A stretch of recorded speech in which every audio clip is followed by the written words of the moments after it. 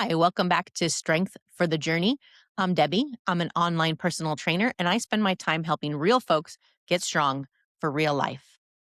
And today, I'm going to talk about what happens when needing to be strong gets taken offline by getting sick. Today is not going to be the usual update about my workouts for the last few weeks. And the reason for that is because I got sick. And I didn't just get a little sick, I got the Influenza A that has been going around town, and it took me out. Wow. It was crazy. Like, in the morning, I felt decent. By the night, I felt not so great. And then the next morning, it was bad. I luckily was able to get a hold of my doctor pretty quickly and got myself a prescription for Tamiflu. I have never taken that before.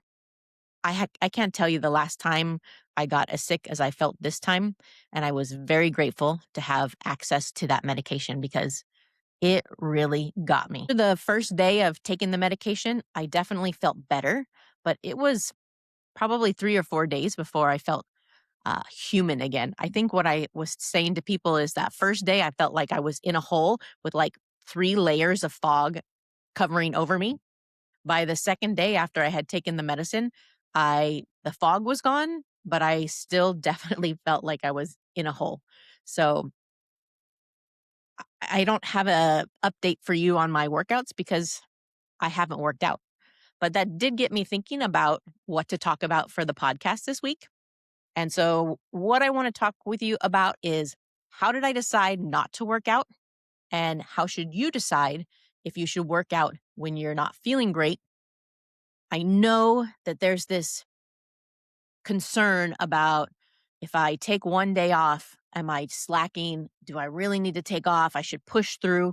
So today I want to give you a guideline, a checklist of some things that you can follow so that you will be able to make a good decision about whether or not you should rest or whether you should go ahead and push through. So number one, and this one for me is non-negotiable, if you work out in a public space around other people in a gym, um, stay home.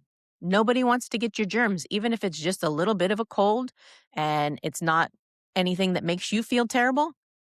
Don't go to a public space. If you work out at home, that's a little bit of a different story, and we can talk about that. But rule number one, if you aren't feeling well and you work out in a public space, don't. Take your workout outside, go for a walk, do some body weight exercises at home if you're not set up with a gym at home. It's only going to be a few days, and it's not going to set you back very far, I promise. The next rule is what we call the neck check rule. And this is kind of the gold standard. You'll probably hear a lot of personal trainers tell you this. Uh, if your symptoms are neck and above, then you're probably okay to continue working out. If you just have a runny nose, little bit of a sore throat, some nasal congestion, um, light to moderate exercise is considered safe.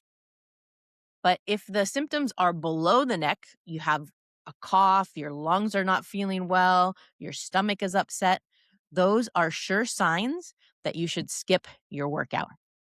So if, and this is, based on rule number one, if you have a place to work out that is not in public, if your symptoms are above your neck, go for it. We're going to talk about how to kind of taper down a little bit to adjust for the fact that you're not feeling your best, but you should be safe to work out. Anything below the neck, chest, stomach, skip the workout. Rule number 3, if you have a fever, it's a hard no. If you have a fever, your body is already working overtime to fight some sort of infection or virus. When you work out, it's not just I'm doing something good. Your body is doing work. And if you are already asking your body to do its great work to help you feel better by fighting whatever's going on in your body, uh, trying to add more stress by lifting weights or running on the treadmill, you're going to keep your body from doing the job that it's trying to do. It's already working overtime to fight that infection. And if you exercise with a fever, it's going to increase your risk of dehydration.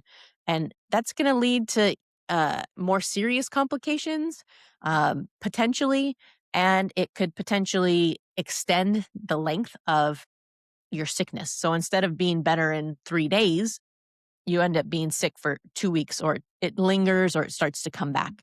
So if you have a fever, your body needs you to rest. That is your job at that point.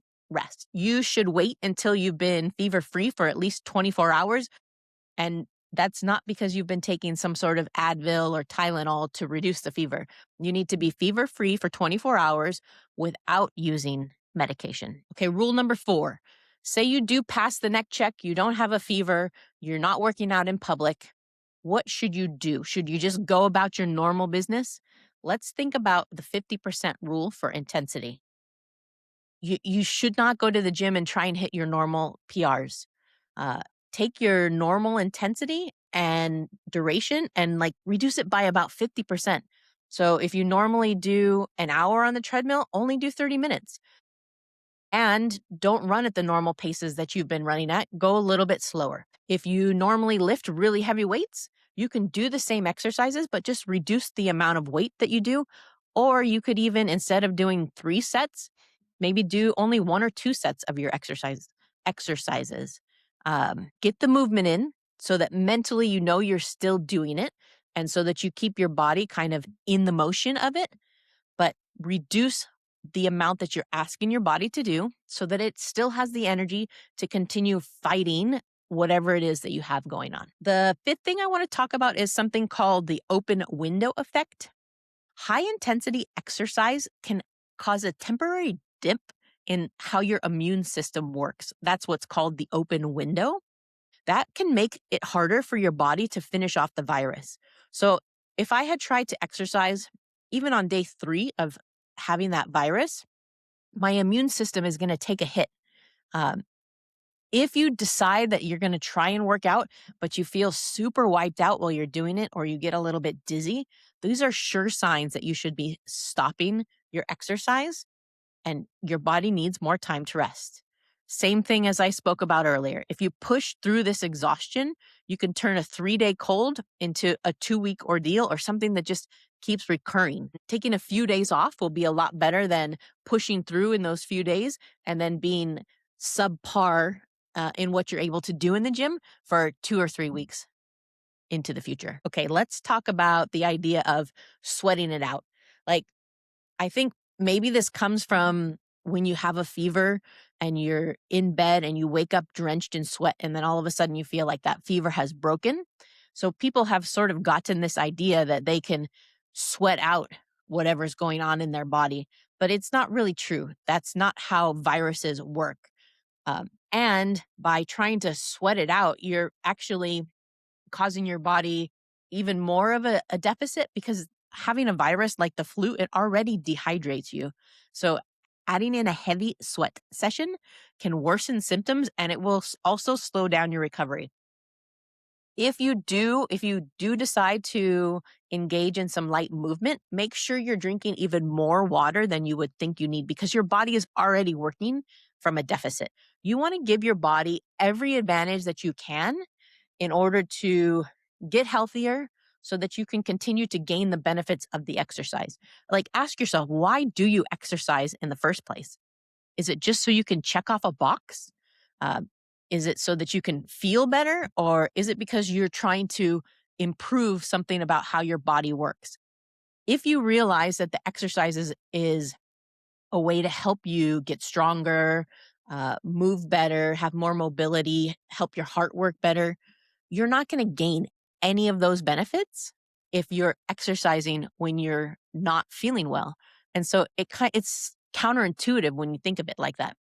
Um, your body's not going to be at its best to be able to get the most out of the gym anyways. So it doesn't make a lot of sense when you think about it that way. The last thing I want to say is, when you are finally feeling better, don't jump back in like super beast mode the second you feel better. You still want to ease back into it. So for every day that you were completely sidelined by illness, you should allow yourself 2 days to kind of do light light activity or modified activity. So if you were out for 4 days, your whole next week of exercise, once you finally do go back, it should be lighter and modified from what your normal workout is. This will help your body to ramp back up into that like feeling ready to start to grow again and build muscle and just feel better. So that's it. Those are my guidelines, my recommendations. Um, Hopefully, you don't get this flu or any other sickness that really knocks you on your butt, but it's definitely going around right now. Um, if you end up feeling under the weather at some point and you feel guilty about taking time off, I hope you think back to this episode. Save this episode so you can listen to this checklist again. If you need permission to take time off so that your body can heal, this is it. I'm giving you that permission. You have a set of tools to help you decide how to handle your training if you aren't feeling well. Keep showing up and building your strength for the journey, even if showing up means that you take the day off to let yourself recover.